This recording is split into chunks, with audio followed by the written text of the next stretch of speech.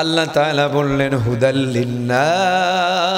হুদাল্লিন্নাস, হুদাল্লিন্নাস। হুদা, হুদা মানে শুধুমাত্র হেদায়েত, হেদায়েত মানে গাইডলাইন, হেদায়েত মানে রোড ম্যাপ, হেদায়েত মানে শুধুমাত্র নামাজ রোজা নয়। হেদায়েতের ভিতরে আছে যা যা দরকার, রাষ্ট্রনীতি, অর্থনীতি, সমাজনীতি, পৌরনীতি, সব কিছুর জন্য আল্লাহ তাআলা দিয়েছেন কি? জোরে বলেন কি? এই জন্য সব কিছু কোরআনের মধ্যে আছে। আল্লাহ, আমরা কপাল পোড়া, আমরা মুসলমান, গোটা বাংলাদেশের মানুষও আমরা কপাল পোড়া। আমরা 53 বছরের বাংলাদেশে, 90% মুসলমানের বাংলাদেশে আদৌ কোরআন দিয়ে কোনো বিচার বলেন, অর্থনীতি বলেন, রাজনীতি বলেন, সমাজনীতি বলেন, পৌরনীতি বলেন, কিছুই আমরা কোরআন দিয়ে বাস্তবায়ন করতে পারলাম না। কথা বলে না? কিন্তু দরকার না, দরকার আছে না নাই? বলেন দরকার আছে না নাই? এজন্য আজকে আমাদের, আমি প্রায় সব জায়গায় একটি কথা কমন বলি। আল্লাহ তাআলা নিজে বলছেন কোরআন কারীমের 6 নম্বর পারা, 5 নম্বর সূরা, সূরা মাইদা 44 নম্বর আয়া। আল্লাহ বলে ওয়ামান লাম ইয়াহকুম বিমা আনজালাল্লাহ ফাউলাইকা হুমুল কাফিরুন।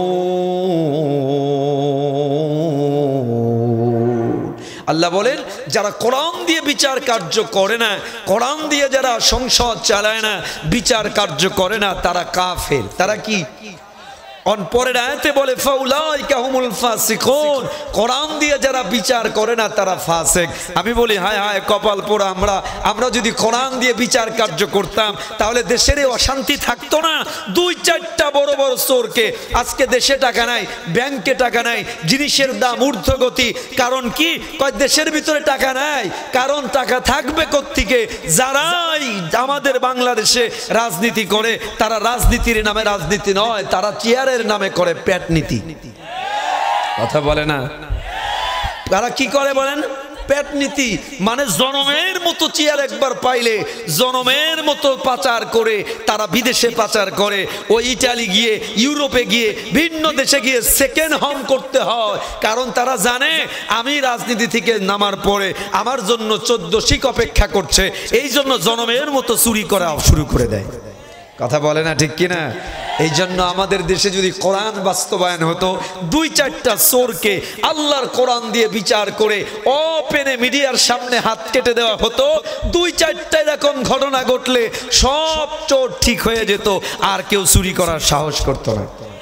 এই জন্য দেশের ভিতরে, গোটা বিশ্বের ভিতরে শান্তি আসতে পারে, রহমত আসতে পারে একমাত্র কোরআনকে মানলে। বলেন কি মানলে? বলেন কি মানলে? আল্লাহু আকবার। কি কিতাব আল্লাহ দিয়েছেন! আমি আপনাদেরকে আজকে একটু দেখাই কি কোরআন আল্লাহ দিয়েছেন। বলুন তো, এ কোরআনের মতো কোন কিতাব আল্লাহর আকাশের নিচে জমিনের উপরে আর একখানাও আছে? জোরে বলেন, আছে? আল্লাহর আকাশের নিচে জমিনের উপরে কোরআনের মতো আর কোন কিতাব হতে পারে? পৃথিবীর এমন কোন অথর, রাইটার, ওনার, আপনি একজন রাইটার পৃথিবীতে দেখান যে বই লেখার পরে এ কথা বলেছে যে আমি একটা বই লিখছি, আমার বইয়ে কোনো ভুল নাই, ডাউট নাই, কন্ট্রাডিক্টরি নাই, এলোমেলো নাই, এমন পৃথিবীর কোন ভাষার কোনো একখানা বই দেখাতে পারবেন? পারবেন না। পৃথিবীর সব অথর, রাইটার, ওনার বই লেখার পরে দেখবেন ভূমিকাতে, ইন্ট্রোডাকশনে লিখে দেয় আমার বইয়ে ভুল থাকতে পারে, কারো চোখে পড়লে আমাকে জানাবেন, পরবর্তী সংস্করণে পরিশুদ্ধ করতে বাধিত থাকিব। বলে না আমার ভাইয়েরা? গোটা পৃথিবীর ভিতরে একমাত্র কিতাব আল কোরআন, যেই কিতাবের ওনার মালিক আল্লাহ। কিতাব নাজিল করার শুরুতেই চ্যালেঞ্জ দিয়া দিলেন, পড়ুন আমার সাথে, আলিফ লাম মিম। পড়েন না মোহাব্বত নিয়া, এক একটা হরফ পড়বেন। যারা বসা, মাইকের আওয়াজ যত দূর যায়, আল্লাহর নবী বলেন মান করা হারফাম মিনাল কোরআন ফালাহু বিহি হাসানা ওয়াল হাসানাতু বিআশরি আমসালিহা। আল্লাহর নবী বলেন কেউ যদি কোরআন কারীম থেকে একটা হরফ তেলাওয়াত করে সাথে সাথে আল্লাহ তার আমলনামায় 10টা নেকি দিয়ে দেয়। এক হরফ কয় নেকি? 10 নেকি। একটা আয়াতে কতগুলো হরফ? এই যে ঘন্টার পর ঘন্টা তেলাওয়াত আলোচনা হবে, সবাই মন খুলে পড়বেন। আল্লাহর নবী বলেন শুধুমাত্র যে নেকি হবে তা না, কোরআন কারীমের 8 নম্বর পারা, 9 নম্বর পারা, 8 নম্বর সূরা, সূরা আনফাল 2 নম্বর আয়া, আল্লাহ বলে ইন্নামাল মুমিনুনা আল্লাযীনা ইযা যুকিরাল্লাহ وجلت قلوبهم وإذا تليت عليهم آياته زادتهم إيمانا। আল্লাহ কোরআন তেলাওয়াত করা হলে আল্লাহ ঈমান গুলো বাড়ায়া দেয়। আমাদের ঈমান বাড়ায়া দেয় কে? এই জন্য তেলাওয়াত করবেন, পড়েন আমার সাথে আলিফ লাম মিম যালিকাল কিতাব লা রাইবা ফীহি। আল্লাহ তাআলা পৃথিবীর ভিতরে একমাত্র কিতাব, আমার ভাইরা গোটা বিশ্বের ভিতরে একমাত্র কিতাব আল কোরআন, যে কিতাবের মালিক ওনার রাইটার ওনার কিতাব নাজিল করার শুরুতেই চ্যালেঞ্জ দিয়ে দিলেন এমন একখানা কিতাব আমি আল্লাহ দিলাম, যালিকাল কিতাব লা রাইবা ফি। আল্লাহ বলে ভুল তো দূরের কথা, wherein there is no doubt। রাইব মানে হলো ডাউট। আল্লাহ বলে এমন একখানা কিতাব আমি আল্লাহ দিলাম, ভুল তো দূরের কথা, ভুলের সন্দেহ মাত্র নাই। সুবহানাল্লাহ। কি বলেন কোনো ভুল আছে? একমাত্র চ্যালেঞ্জ দিয়েছে এক কিতাব যার নাম কোরআন, যার ভিতরে কোনো ভুল। The well known famous scientist of the whole world, বিশ্বের বিখ্যাত একজন বড় বিজ্ঞানী, নাম হলো ডক্টর মরিস বুখাইলি। তিনি বলেন আমি কোরআন শরীফ পড়া শুরু করেছিলাম কোরআনের ভিতরে ভুল ধরার জন্য। তিনি বলেন নাহু, সারফ, Arabic grammar, literature everything complete করে আমি কোরআন পড়া শুরু করলাম। তিনি বলেন কোরআন পড়ে ভুল ধরতে এসে আমার ভুল ভেঙে গেছে, আমি কালিমা পড়ে মুসলমান হয়ে গেছি। শুধু মুসলমান হয় নাই, ইসলাম ধর্ম গ্রহণ করার পরে একটি কিতাব লিখেছে the Bible, the Quran and science. ওই গ্রন্থের ইন্ট্রোডাকশনে ডক্টর মরিস বুকাইলি লিখতে বাধ্য হয়েছে the Quran is the holy book of Islam. The Quran was not written by anyone but sent by Allah to prophet Muhammad সাল্লাল্লাহু আলাইহি ওয়াসাল্লাম। Every word in this Quran has come from Allah. The only one true unchanged divine book is the Quran. আল্লাহু আকবার। লিখতে বাধ্য হয়েছে গোটা বিশ্বের ভিতরে একমাত্র অপরিবর্তিত, একমাত্র সত্য কিতাব। জোরে বলেন না কি? হায় হায়, গোটা পৃথিবীর ভিতরে ইহুদি, খ্রিস্টান, বেঈমান, নাস্তিকেরা আল্লাহর কোরআনকে মিটায়া দেওয়ার জন্য, ইসলামকে মিটায়া দেওয়ার জন্য এত ষড়যন্ত্র চক্রান্ত করছে। এরপরেও ওআইসি রিপোর্ট করছে প্রত্যেক দিন 4000 করে প্রায় অমুসলমান গোটা বিশ্বে কালিমা পড়ে মুসলমান হয়ে যাচ্ছে। আমি আপনাদেরকে শুধু এতটুকু দেখাবো, আজকে ভালো করে বোঝার চেষ্টা করবেন। এ কোরআনের মতো কোনো কিতাব আল্লাহর আকাশের নিচে জমিনের উপরে আর একখানাও হতে পারে? কি আজীব কোরআন। আচ্ছা বলুন তো আপনারা, একটা বছরে কয়টা মাস? বলেন না কয় মাস? আচ্ছা 12 মাসের মধ্যে বলেন শ্রেষ্ঠ মাস কোনটা? সবাই বলেন। কেন? আল্লাহ বলে শাহরু রমাদানাল্লাযী উনজিলা ফীহিল কুরআন।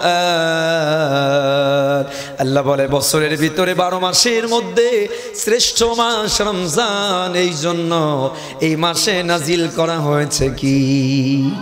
আচ্ছা বলেন তো, একটা বছরে রাত কয়টা? 365 রাত। কয়টা রাত একটা বছরে? কয়টা রাত? 365 রাতের ভিতরে আওয়াজ দিয়ে বলেন সর্বশ্রেষ্ঠ রাত কোনটা? শবে বরাত। কোন কোন রাত?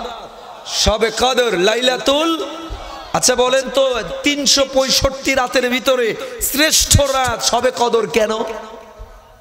পড়েন না আমার সাথে, ইন্না আনজালনাহু ফি লাইলাতিল কদর ওয়া মা আদরাকা মা লাইলাতুল কদর লাইলাতুল কদরি খায়রুম মিন আলফি শাহর।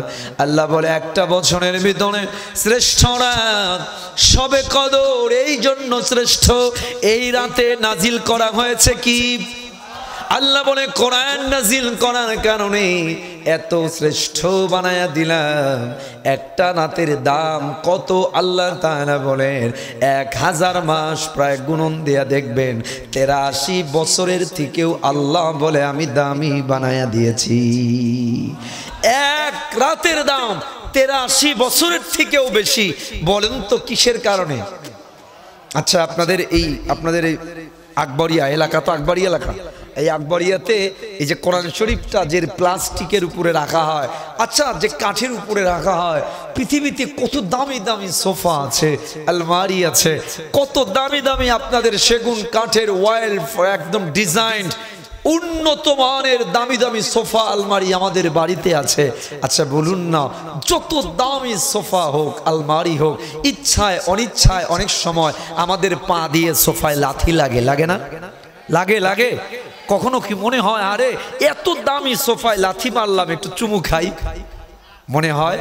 কিন্তু আপনারা এটাকে কি বলেন? কি বলেন বলেন?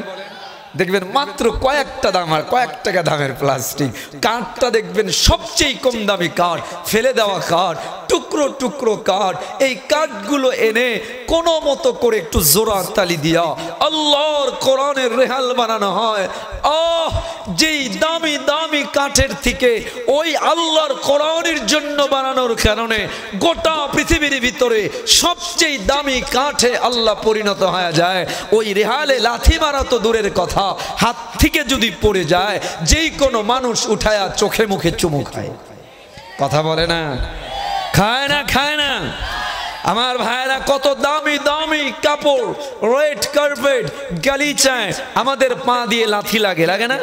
কখনো মনে হয় একটু চুমু খাই? মনে হয় হয়। কিন্তু কোরআন শরীফটা যে কাপড় দিয়ে ঢাকা হয়, আপনাদের এখানে কি বলা হয়? জুজদান। কি বলা হয়? দেখবেন অনেক সময় আমার মা বোনরা একটা ছেঁড়া কাপড়, একটা সাদা কাপড়ের টুকরা আর একটা অন্য কালারের কাপড়ের টুকরা কোনো মতো এনে হাতে একটু জোড়া তালি দিয়া আল্লাহর কোরআনের জুজদান বানানো হয়, গেলাফ বানানো হয়।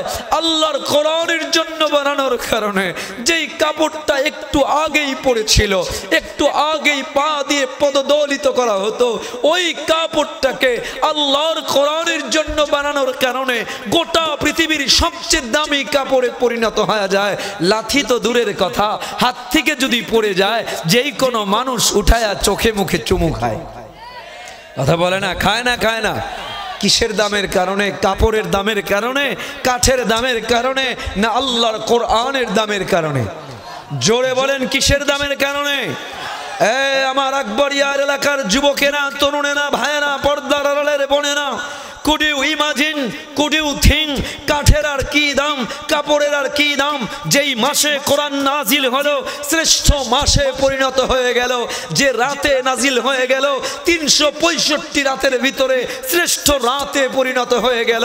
যে কাঠের সাথে প্লাস্টিকের সাথে কোরআনটা লেগে গেল, ওই জায়গা কোরআনের জন্য বানানো হলো, ওই কাঠ পৃথিবীর দামি কাঠে পরিণত হয়ে গেল। যেই কাপড়টাকে কোরআনের জন্য বানানো হলো, ওই কাপড় পৃথিবীর শ্রেষ্ঠ দামি কাপড়ে পরিণত হয়ে গেল। আমি আপনি তো মানুষ, আশরাফুল মখলুকাত, আকাশের নিচে জমিনের উপরে। Could you imagine, could you think from your heart, দিল থেকে একটাবারও কি ভেবেছেন আপনি যদি কোরআনের জন্য লাগেন, কোরআনকে ভালোবাসেন, কোরআনের উপর আমল করেন, কোরআন ওয়ালা হয়ে যেতে পারেন, আপনার দাম আল্লাহ কত বাড়ায়া দিবে?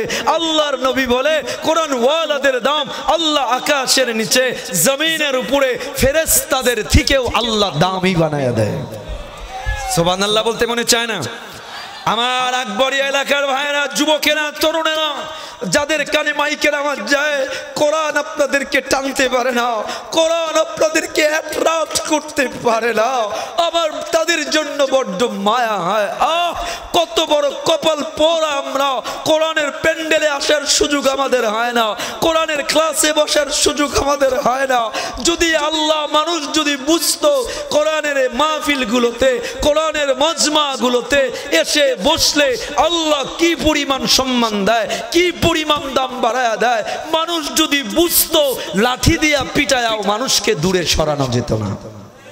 আপনাদেরকে আমি ছোট্ট একটা ওয়াকিয়া, মালয়েশিয়ার কুয়ালালামপুরে একটা ইজতেমা হয়। ওই ইজতেমায় বর্তমান সময়ের অন্যতম একজন দায়ী মাওলানা জুলফিকার আলী নকশবন্দি, যিনি খুতুবাতে জুলফিকারের লেখক, উনি আমাদেরকে একটা ইন্ডিয়ার বাস্তব ঘটনা শোনাচ্ছিলেন। বাস্তব দেখা ঘটনা, কোরআনের সাথে একটু কানেকশন হলে আল্লাহ কি দাম বাড়ায়া দেয়, কত সম্মান বাড়ায়া দেয়, একটু শোনার দেখেন না। আমি শুধু একটু ছোট্ট করে বলে কয়েকটা জরুরি কথা, বিজ্ঞান থেকে কয়েকটা কথা আপনাদেরকে শোনাবো। আল্লাহু আকবার। তিনি বলেন, তিনি আমাদেরকে বলতেছিলেন, আমি তখন মালয়েশিয়া আমার এমফিলের কাজ চলে মালয়েশিয়াতে, আমি তখন কুয়ালালামপুরে আয়া ইউনিভার্সিটির ছাত্র। আমি সেখানে আমার ওই পাশে তিনি আমাদের ওই ইজতেমায় তিনি আমাদেরকে শোনাচ্ছেন। ইন্ডিয়ার বহু এলাকা আছে, এখনো এমন বহু এলাকা আছে যেই এলাকাগুলোতে একটাই মুসলিম এলাকা, আশেপাশে সব হিন্দু এলাকা। তো তিনি বলেন ওই এই হিন্দু অধ্যুষিত মুসলিম এলাকায় কোনো মাদ্রাসা নেই, একটা মাত্র মসজিদ। ওই মসজিদের ইমাম, তার বাড়িও ওই এলাকায় না, ইমামের বাড়িটা হলো অন্য স্টেটে। হ্যাঁ, ইমাম সাহেব ছুটিতে বাড়ি চলে গেছে। ইমাম যেদিন বাড়িতে গেছে তার পরের দিন ওই এলাকায় একজন মানুষ মারা গেছে। মানুষ তো মারা গেছে, জানাজার নামাজকে পড়াবে, মাদ্রাসাও নাই। এই জন্য আমি মাঝে মাঝে বলি, আমাদের দেশে এই যে জাতীয় মাদ্রাসা, আকবরিয়াতেও মনে হয় আপনাদের একটা মাদ্রাসা আছে এখানে, তাই না? মাদ্রাসা সারা বাংলাদেশে এই যে কওমি মাদ্রাসাগুলা, আলী হেফজখানার মাদ্রাসাগুলা, নুরানি মাদ্রাসাগুলা, এগুলো আমাদের জন্য নিয়ামত। এগুলো কি বলেন? এই মাদ্রাসাগুলো যদি না থাকতো মানুষ কুকুরের মতো মরতো, শুকুরের মতো মরতো, জানাজা দেওয়ার মানুষও খুঁজে পাওয়া যেত না। কথা বলে না, ঠিক কিনা বলেন? জানিয়ে জাতীয় মাদ্রাসাগুলো দরকার আছে না নাই? ওই এলাকায় মাদ্রাসা নাই। আমার ভাইয়েরা, লাশটা পড়ান, সারাটা দিন লাশটা পড়ে রইল, সারাটা রাত লাশটা পড়ে রইল। পরের দিন সকালবেলায় এলাকার লোকজন মিলে সিদ্ধান্ত নেয় কি করা যায়। এইভাবে যদি লাশটা পড়ে থাকে দুর্গন্ধ বের হয়ে যাবে, ফুলে যাবে, কি করা যায়? এলাকার লোকজন মিলে সিদ্ধান্ত নেয়, চলো মাইয়িতকে গোসল করায়া, কাফনের কাপড় দিয়ে পেঁচায়া, জানাজার খাট নিয়ে উঠায়া বিশ্ব রোডের মাথায় গিয়ে দাঁড়াই। কয়েক কিলোমিটারের পথ বিশ্ব রোডের মাথায় গিয়ে দাঁড়াই। হতে পারে কোনো আলেম বিশ্ব রোড দিয়ে যাবে, আমরা তাকে জানাজার নামাজ পড়ানোর জন্য অনুরোধ করব। আমার ভাইয়েরা, পরের দিন সকালবেলায় মাইয়িতকে সুন্দর করে গোসল করায়া, কাফনের কাপড় দিয়ে পেঁচায়া, জানাজার খাট নিয়ে উঠায়া, আস্তে আস্তে করে মানুষ মাইয়িতকে নিয়ে বিশ্ব রোডের মাথায় গিয়া দাঁড়িয়েছে। অনেকক্ষণ অপেক্ষা করার পর একজন দাড়িওয়ালা, টুপিওয়ালা একজন আলেম সাইকেল নিয়ে আসতেছে। এলাকার লোকজন থামালো, হুজুর থামেন, আমরা পড়েছি বড্ড বিপদে। বলে কি বিপদ? বলে আমাদের এক ভাই গতকাল সকাল বেলায় মারা গেছে, জানাজার নামাজ পড়ানোর মতো মানুষ নাই, দয়া করে যদি একটু জানাজার নামাজটা পড়ায়া দেন বড্ড উপকার হয়। হুজুরে ডাক দিয়া বলে, হ্যাঁ, আমি একজন আলেম, কিন্তু পেশায় একজন পুলিশ, থানায় যাওয়া লাগবে, টাইমের অভাব। এদিকে তোমরাও পড়েছো বিপদে, দাঁড়াও জানাজার নামাজ পড়ায়া দেয়। হুজুরে দাঁড়াইলেন, জানাজার নামাজ পড়াইলেন। এলাকার লোকজন ডাক দিয়ে বলে, হুজুর জানাজার নামাজ তো পড়াইলেন, কিন্তু মাইয়েতকে কি করে কবরে রাখতে হয়, কি দোয়া পড়তে হয় আমাদের জানা নাই। দয়া করে যদি একটু কবরস্থ করে দিতেন বড্ড উপকার হতো। এলাকার লোকজন ডাক দিয়ে বলে, হুজুর হুজুর ডাক দিয়ে বলে, আমার সময় নাই, থানায় যাওয়া লাগবে, হাজিরা দেওয়া লাগবে, রিপোর্ট করা লাগবে। এদিকে তোমরাও পড়েছো বিপদে, তাড়াতাড়ি করো, তাড়াহুড়া করো। হুজুরে তাড়াহুড়া করে কবরস্থানে গেলেন, নিজের হাতে কবর খনন করলেন, মাইয়েতকে কবরের ভিতরে রেখে মাটি আর বাঁশ দিয়া কবরটা দাফন করে হুজুর থানায় চলে যায়। থানার ভিতরে গিয়ে হুজুরে নিজে মাইয়েতকে শোয়া গেল। থানার পকেটের ভিতরে কিছু সার্টিফিকেটের কাগজ ছিল। হুজুরে বলে, আমি আমার পকেটের ভিতরে হাত দিয়ে দেখি, পকেটের ভিতরে সার্টিফিকেটের কাগজগুলো পাওয়া যায় না। আমি আমার থানার ভিতরে, রাস্তার ভিতরে, বাড়ির সব জায়গায় তন্ন তন্ন করে খুঁজলাম, কোথাও সার্টিফিকেটের কাগজগুলো পাওয়া গেল না। আমি কনফার্ম হয়ে গেলাম আমার সার্টিফিকেটের কাগজগুলো মাইয়েতকে কবর দিতে নিয়ে কবরের ভিতরেই সার্টিফিকেটের কাগজগুলো পড়ে গেছে। হুজুরে বলে, এবার সাইকেলটা নিয়ে এলাকার ভিতরে ডাক যায়, এলাকার লোকদেরকে ডাক দিয়া বলে, ভাই আমি তোমাদের উপকার করেছি, এইবার তোমরা আমার উপকার করো। বলে, কি উপকার? বলে, তোমাদের ভাইকে কবর দিতে নিয়ে আমার জরুরি কিছু সার্টিফিকেটের কাগজগুলো কবরের ভিতরেই পড়ে গেছে, চলো চলো কবরটা আবার খনন করা লাগবে। এলাকার লোকজন ডাক দিয়ে বলে, হুজুর মাইয়েতকে কবর দেওয়ার পর আবার কবর খনন করা জায়েজ আছে কি জায়েজ নাই আমাদের জানা নাই। যদি জায়েজ থাকে চলেন চলেন কবর খনন করে দেই। হুজুরে ঘড়ি দেখে বলে, মাত্র 40 মিনিট আগে কবর দেওয়া হয়েছে, এখনো লাশটা ফলে নাই, এখনো লাশটা ফাটে নাই, বিশেষ প্রয়োজনে আবার কবর খনন করা জায়েজ আছে। এলাকার লোকজন যেহেতু জীবনে কোনোদিন মাইয়েতকে কবর দেওয়ার পর আবার তারা কবর খনন করা দেখে নাই, এই জন্য হাজার হাজার মানুষ এলাকার হুজুরের পিছনে রওনা করেছে কবরস্থানের দিকে। হুজুরে বর্ণনা করে, মাত্র 40 মিনিট আগে আমি জানে কবর দিলাম, এবার আমি কবর খনন করার জন্য সাপুলটা নিয়ে কবরের ভিতরে ঢুকিয়েছি। হুজুরে বলে, মাত্র সাপুলটা ঢুকানোর সাথে সাথে মাটির ওই ফাঁক দিয়া জান্নাতের মিশকে আম্বারের গ্রার বিদ্যুতের মতো চতুর্দিকে ছড়ে পড়েছে। হুজুরে বলে, এত চমৎকার গ্রার জীবনেও আমরা কোনোদিন শুনি নাই। হুজুরে বর্ণনা করে, এবার আমি কবর খনন করা শুরু করে দিলাম, 40 মিনিট আগে আমি জানে কবর দিয়েছি।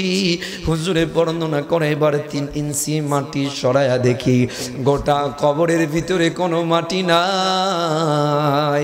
আমার আল্লাহ গোটা কবরটারে জান্নাতের ফুল দিয়া ডেকোরেশন করে দিয়েছে।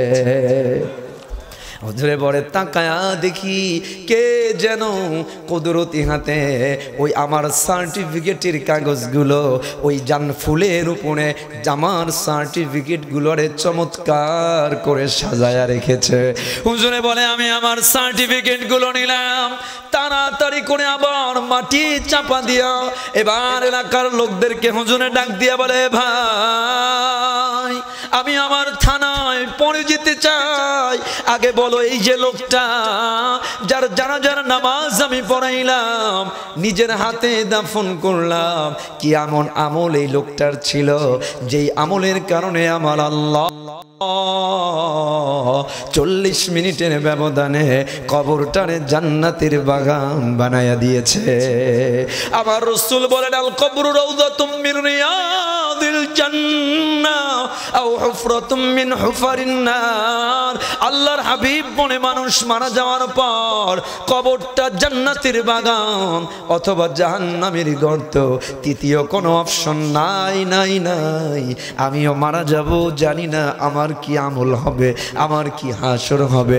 আমিও চাই আমার কবরটাও যেন জান্নাতের বাগান হয়। এলাকার লোকজন ডাক দিয়ে বলে, হুজুর লোকটা মূর্খ মানুষ, তেমন কোনো আমল আমাদের জানা নাই। নামাজ পড়তো আর মাছে ক্ষেত খামারে কাজ কাম করে, মা বাবা ভাই বোন কেউ নাই, একটা বোনের সাথে থাকে। হুজুরে বলে নিয়ে যাও, বোনের সাথে কথা বলতে চাই। পর্দার আড়াল থেকে হুজুরে বোনটারে ডাক দিয়ে বলে, বোন কি আমল তোমার ভাইয়ের ছিল একটু বলো না। হুজুরে বোনটা ডাক দিয়ে বলে, হুজুর তেমন কোনো আমল তো আমাদেরও চোখে পড়ে না, তবে হ্যাঁ একটা আমল সারা জীবন দেখেছি। বলে কি আমল? বলে প্রত্যেক দিন মাগরিবের নামাজের পর আমার ভাইকে দেখতাম কি যেন একখানা কিতাব নিয়ে বসতো। আমার ভাইকে দেখতাম ওই কিতাবটারে সিনার ভিতরে লাগাইতো। আমার ভাই অক্ষর জ্ঞান ছিল না, পড়তে পারতো না, কিন্তু ওই কিতাবটার লাইনে লাইনে শাহাদাত আঙ্গুলি দিয়া নাড়াচাড়া করতো আর আল্লাহরে ডাক দিয়া বলতো, আল্লাহ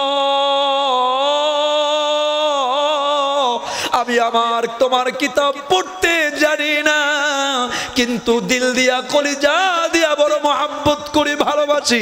আল্লাহ আপনার এই কিতাবের ভালোবাসার উসিলায় আমি যখন মারা যাব আমার কবরটারে জান্নাতের বাগান বানায়া দিয়ে।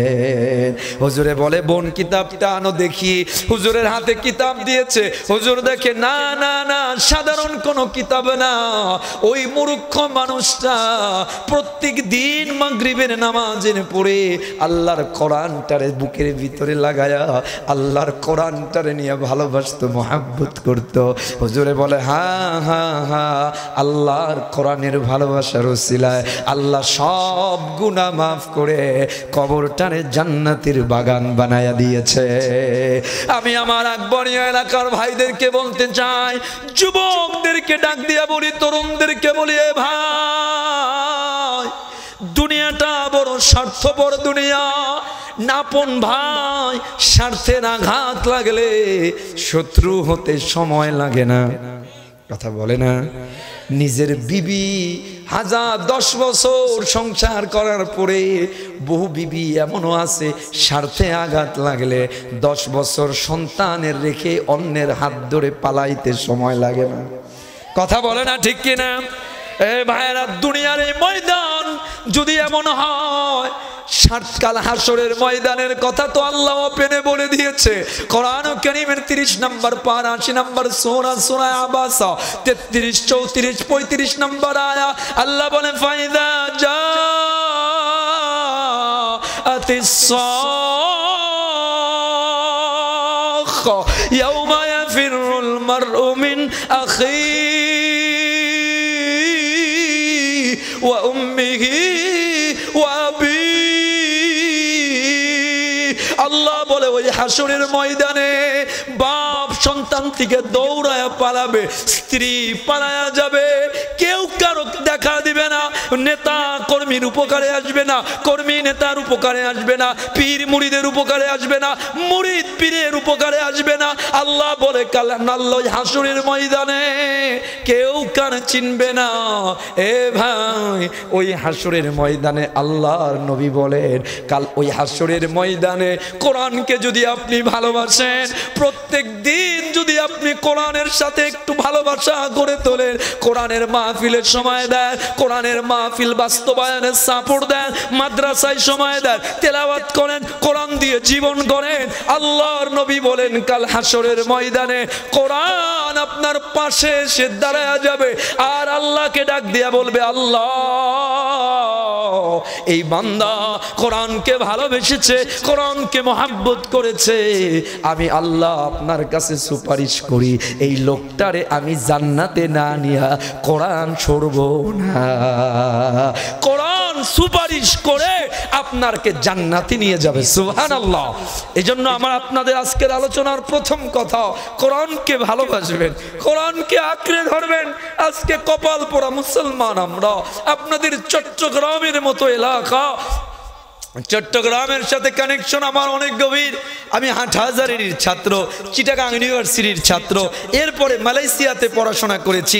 হাটহাজারী এলাকায় আল্লামা শাহ আহমদ শফি সাহেব রহমাতুল্লাহ আলাই, জুনায়েদ বাবু নগরী রহমাতুল্লাহ আলাইর সাথে নাও হলে আমি 100 মাহফিল করেছি। হাটহাজারী রেলগেট থেকে শুরু করে, হাটহাজারীর পিছনে থেকে শুরু করে এলাকায় একটা সময়, এখন তো আসা কম হয়, ঢাকা আমার মাদ্রাসা ইফতা বিভাগ, অনেক ব্যস্ততা রেখে আসতে পারি না এমন। কিন্তু আমি এই চট্টগ্রামের মতো এলাকা, চট্টগ্রামের মতো এলাকায়ও কপাল পোড়া এমন কোন ঘর মনে হয় কম পাওয়া যাবে যেই ঘরে কোরআন ছড়ে ই বাংলা, জি বাংলা, স্টার জলসা, টিভি, সিনেমা ঘরে ঘরে ঢুকে গেছে। কথা বলে না, আছে না নাই? আকবরিয়ার ভাইরা বলেন আছে না নাই? মানে একটা বারো বোঝেন, আমাদের প্রত্যেক দিনে যেই ঘরে কোরআন তেলাওয়াত হওয়ার কথা ছিল, কোরআন তেলাওয়াতের পরিবর্তে ও ইন্ডিয়ার চ্যানেল ই বাংলা, জি বাংলা, স্টার জলসা, সন্ধ্যার সময়, মাগরিবের সময় আজান হয়, আর আমার ঘরের ভিতরে টিভি ছাড়া ইন্ডিয়ায় বসে পূজার ভিতরে পূজা মণ্ডপে উলুধ্বনি হয়, আর মুসলমানের ঘরে পূজার ওই উলুধ্বনি শোনা যায়। কথা বলে না, ঠিক কিনা বলেন? মুসলমানের ঘরে উলুধ্বনি শোনা যায়। ইন্ডিয়ার চ্যানেলগুলো আমার টেকনাফ থেকে তেতুলিয়া গোটা বাংলাদেশে প্রত্যেকটা ঘরে ঘরে ই বাংলা, জি বাংলা, স্টার জলসা ঢুকে ঢুকে আমাদের ইমানের 12টা বাজায় দিয়েছে। এ ভাই, ইন্ডিয়াতে আপনারা হয়তো অনেকেই গিয়েছেন, আপনারা জানেন আমি ইন্ডিয়ার যায়া একেবারে গোটা ইন্ডিয়া আপনাদের চ্যালেঞ্জ দিয়ে দিচ্ছি। আমাদের না প্রতিবেশী দেশ বলে তারা, প্রতিবেশী দেশ যায়া দেখেন না, আর ইন্ডিয়া আমাদের প্রত্যেকটা ঘরে ঘরে ইন্ডিয়ার চ্যানেল চলে। গোটা ইন্ডিয়ায় বাংলাদেশের একটা চ্যানেলও চলে না। চলা তো দূরের কথা, কোনো নিবন্ধনই নাই। কেন? আমাদের চ্যানেলগুলোতে মুভি, সিনেমা যাই হোক, কমপক্ষে আজানের সময় 5 বার আল্লাহু আকবার আজান উচ্চারিত হয়। ওরা কোনোদিনও মানে না ওদের ঘরের ভিতরে আল্লাহু আকবার ধ্বনি উচ্চারিত হবে, কিন্তু আমাদের মুসলমানের ঘরে ঘরে পূজা উলুধ্বনি প্রত্যেক দিন উচ্চারিত হয়। আমার ভাইয়েরা, যুবকেরা, আকবরিয়ার তরুণেরা, যুবকেরা, আপনাদেরকে বলি, শুধু কি তাই? শুধু কি তাই? আজকাল এমন কোন যুবক তরুণ পাওয়া যাবে না যাদেরকে মোবাইল, যাদের ইউটিউব, ফেসবুক ধ্বংস করতে করতে একেবারে একেবারে ধ্বংসের দ্বার প্রান্তে আমাদেরকে দাঁড় করিয়ে দিয়েছে।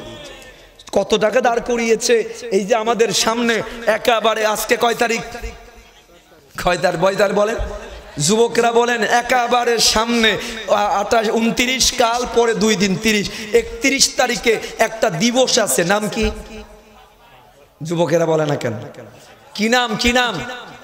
31st night.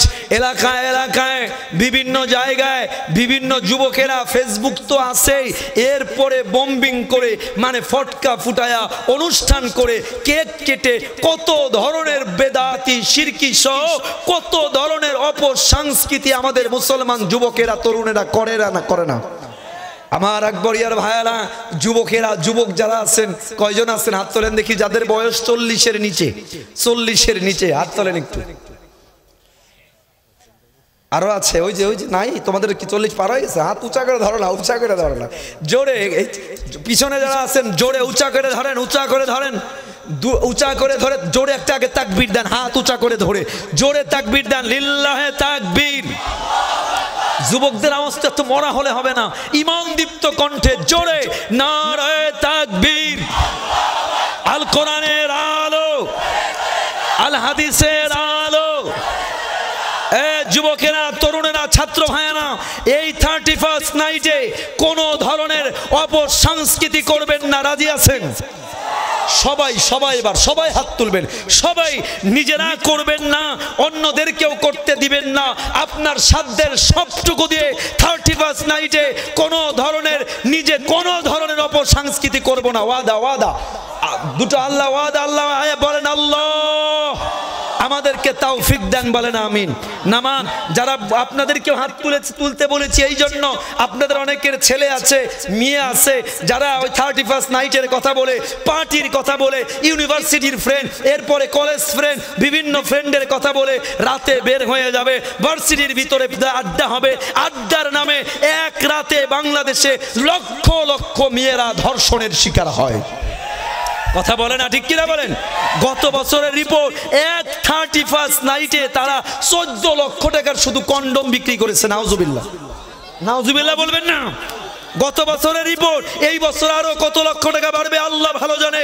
গোটা পৃথিবীর খ্রিস্টানেরা, নাস্তিকেরা, মুরতাদেরা তারা কৌশলে, ছলে বলে বিভিন্ন ভাবে আমার দেশের যুবকদেরকে, যুবতীদেরকে, তরুণদেরকে, তরুণীদেরকে 31st নাইটের নামে, বিভিন্ন ভ্যালেন্টাইন্স ডে এর নামে, অপসংস্কৃতির নামে যুবকদেরকে ফেসবুকে আগের থেকেই শুরু করে প্রচারণা, এই প্রচারণা চালায়া চালায়া যুবকদেরকে জাহান্নামের দিকে ঠেলে দেওয়া হচ্ছে।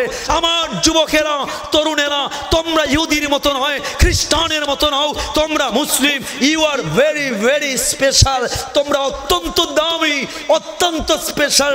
তোমাদের দ্বারা কোনোভাবেই যেন কাফের বেঈমানরা করতে পারে, করুক, তোমাদের দ্বারা যেন না হয়। পারবেন তো আমার যুবক ভাইয়েরা? সমস্ত অপসংস্কৃতির বিরুদ্ধে দাঁড়াবেন। আল্লাহ আমার যুবকদেরকে কবুল করুক, বলেন আমিন। জোরে বলেন আমিন। আমি আমার যুবকদেরকে বলি, আমার যুবক ভাইরা, তরুণ ভাইরা, অবাক হয়ে যাবেন, আপনারা অবাক হয়ে যাবেন। ইহুদি খ্রিস্টানদের চক্রান্তই এটা। ইহুদি খ্রিস্টানরা, আমি গতকালকে আলামিন ফাউন্ডেশনে বলতেছিলাম মাহফিলে, যে আমার এক ফ্রেন্ড ইহুদিতে, সে তেল আবিবে থাকে। তেল আবিব ইহুদিদের যে বর্তমান ফিলিস্তিন, রাজধানী তেল আবিব, ওখানে তার চাকরি, মাল্টিন্যাশনাল একটা কোম্পানিতে জব করে। শোনেন, এই কথাটা মনে রাখবেন, আলেম ওলামা সহ সবাই মনে রাখবেন। তেল আবিবে সে জব করে, তার এক ফ্রেন্ড হলো ইহুদি। আমার ওই বন্ধুর আর এক বন্ধু ইহুদি।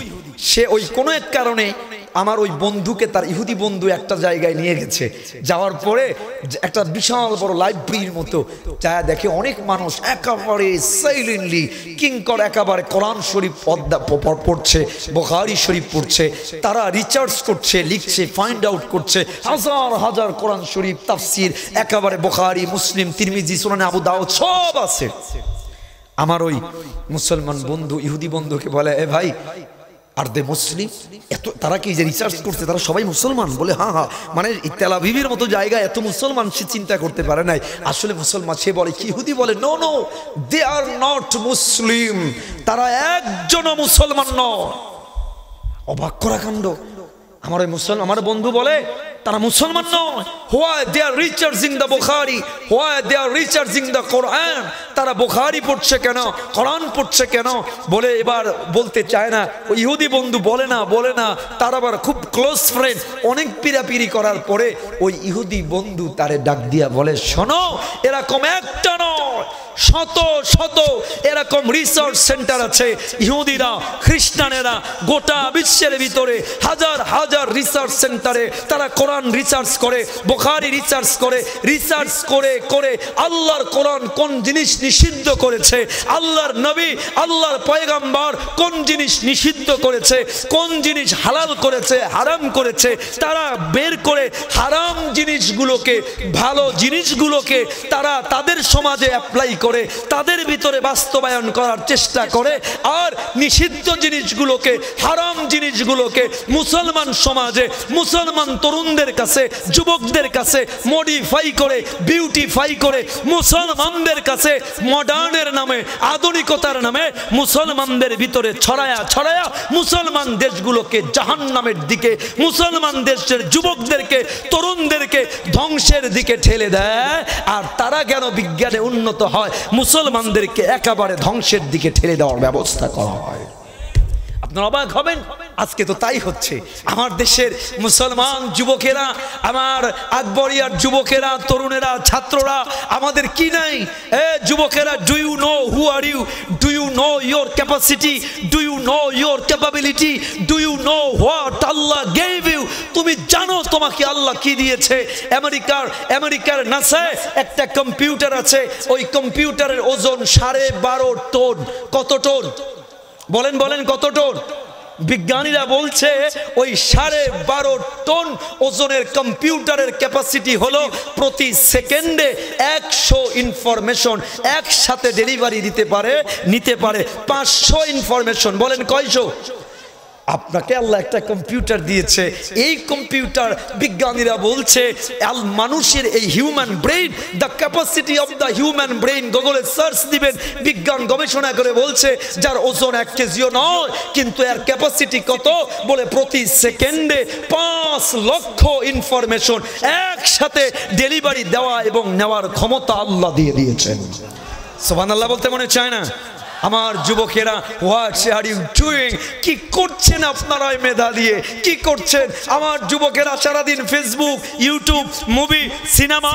আরে ভাই, তোমাকে তো আল্লাহ এমন ব্রেন দিয়েছে, এই ব্রেন দিয়া তোমার মতো যুবক ফেসবুক আবিষ্কার করেছে, তোমার মতো যুবক গুগল আবিষ্কার করেছে, তোমার মতো যুবক ইউটিউব আবিষ্কার করেছে, আর তুমি সারাদিন ওই ইউটিউবে ফেসবুকে নোটিফিকেশন স্ক্রল করে কাটিয়ে দাও। এটা তোমরা নয়, ওই যে ওদি খ্রিস্টানরা ষড়যন্ত্র চক্রান্ত করে মুসলমান যুবকদেরকে প্রেমের ভিতরে লাগায়া, মুসলমান যুবক যুবতীদেরকে আবিষ্কার থেকে সরায়া, বিজ্ঞান থেকে সরায়া, সায়েন্স থেকে সরায়া, ক্রিয়েটিভিটি থেকে সরায়া, মুসলমান যুবকদেরকে ফেসবুকে লাগায়া, গুগলে লাগায়া, ব্লু ফিল্মে লাগায়া, 31st নাইটে লাগায়া, বিভিন্ন কুসংস্কৃতির ভিতরে লাগায়া, মুসলমান যুবকদেরকে মেধা থেকে সরায়া, মুসলমান যুবকদেরকে আবিষ্কার থেকে সরায়া, জ্ঞান বিজ্ঞান থেকে সরায়া, তারা সব জায়গায় উন্নত, আর মুসলমান দেশগুলোকে জাহান্নামের দ্বার প্রান্তে নিয়ে যাচ্ছে।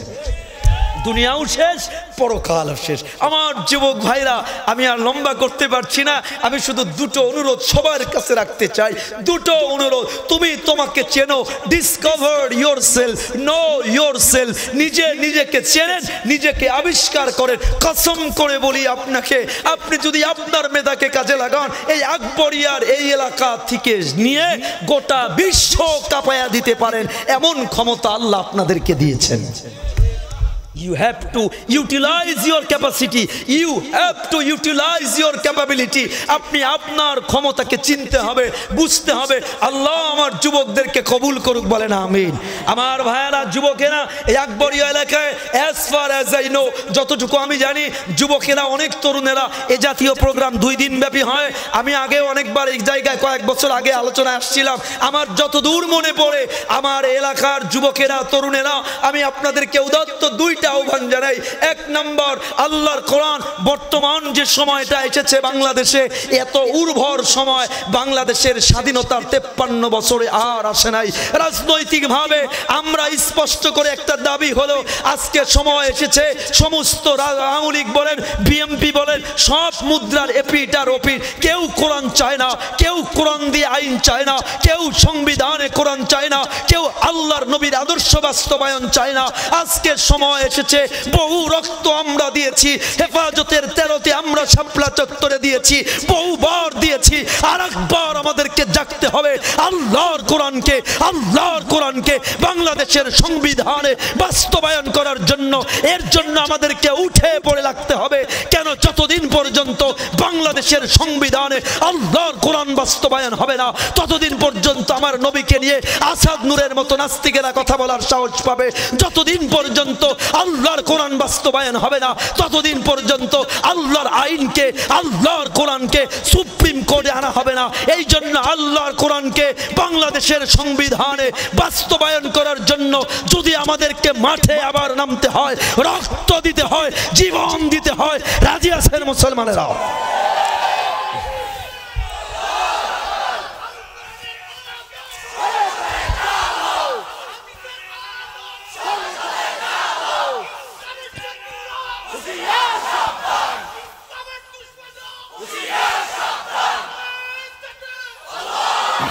আমরা আর ডেমোক্রেসি চাই না, সোশিয়ালিজম চাই না, ক্যাপিটালিজম চাই না।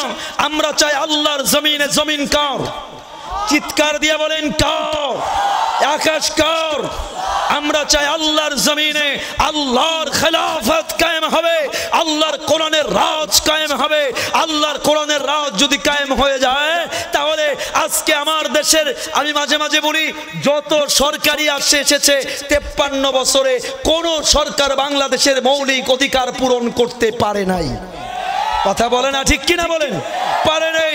তারা রাজনীতির নামে বরাবর পেটনীতি করেছে, যে যখন আসে সে তখন পেটনীতিই করে।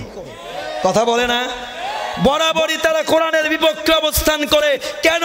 বাংলাদেশ যেই দেশের নাম লাল সবুজের পতাকা, গোটা বিশ্বের ভিতরে আমার দেশের খেলোয়াড়রা মনে করেন উড্ডীন করেছে না, আমার দেশের মিডিয়া উড্ডীন করেছে না, গোটা পৃথিবীর ভিতরে। আপনাদেরকে বলি, আমি গোটা পৃথিবীর অনেক দেশে আল্লাহ আমাকে নিয়েছে, আমি চ্যালেঞ্জ দিয়ে আপনাদেরকে বলি, বাংলাদেশের সুনাম গোটা বিশ্বের ভিতরে যতটা অর্জিত হয়েছে খেলার মাধ্যমে নয়, বিপিএল আইপিএল এর মাধ্যমে নয়, একমাত্র আল্লাহর কোরআনের পাখিরা, আল্লাহর কোরআনের হাফেজরা, কখনো 200, কখনো 173, কখনো 150 দেশের ভিতরে আল্লাহর কোরআনের হাফেজরা গোটা বিশ্বের ভিতরে লাল সবুজের পতাকা উড্ডীন করেছে। কিন্তু কোথায়?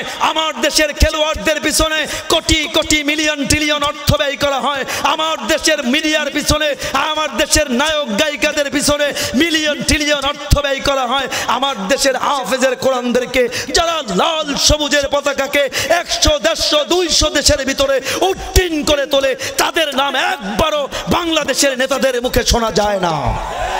কথা বলে না, ঠিক কিনা বলেন? এই জন্য আমরা আর ওই নেতাদেরকে চাই না। যারা আমরা চাই বাংলাদেশ আবার নতুন করে আল্লাহ, যারা যুগে যুগে আল্লাহর কোরআনের বিপক্ষে কথা বলেছে, গত 16 বছরে শেখ হাসিনা সহ তাদের ফ্যাসিস্ট সরকার ওলামা ইকরামদেরকে জেলে পুরেছে, মাদ্রাসা বন্ধ করেছে, কোরআনের আলেমদেরকে কারারুদ্ধ করেছে, তারা আয়না করে বন্দী করেছে। আমরা আর এরকম কোন ধরনের আওয়ামী লীগও চাই না, বিএনপিও চাই না। আমরা চাই আল্লাহর জমিনে আল্লাহর খেলাফত ব্যবস্থা কায়েম হোক। আল্লাহর খেলাফত ব্যবস্থা কায়েমের জন্য আমার আকবরিয়ার যুবকেরা, আকবরিয়ার মুরব্বীরা সহ সবাই আবার নতুন করে, নতুন উদ্যমে, ঐক্যবদ্ধভাবে ওলামা ইকরামের পরামর্শে যদি মাঠে নামতে হয়, যদি জীবন দিতে হয়, রাজি আছেন তো ইনশাআল্লাহ? আছেন তো ইনশাআল্লাহ? দুটো হাত উঁচু করে বলেন আল্লাহ, চিৎকার দিয়ে বলেন আল্লাহ। আমাদের সকলকে আল্লাহর কোরআনের জন্য কবুল করুক, বলেন আমিন। জোরে বলুন আমিন। বাস আমি চেয়েছিলাম বিজ্ঞান নিয়ে কিছু কথা বলবো, আর সময় নেই, আজকের জন্য বিদায় নিতে হচ্ছে। আল্লাহ আমাদের সকলকে কোরআনের জন্য কবুল করে নিক, বলেন আমিন। জোরে বলুন আমিন। আল্লাহ আমাদের সকলকে আল্লাহর দ্বীনের জন্য কবুল আর মঞ্জুর করুক। ওয়া আখিরু দাওয়ানা আনিল হামদুলিল্লাহি রাব্বিল আলামিন। আসসালামু আলাইকুম ওয়া রাহমাতুল্লাহ।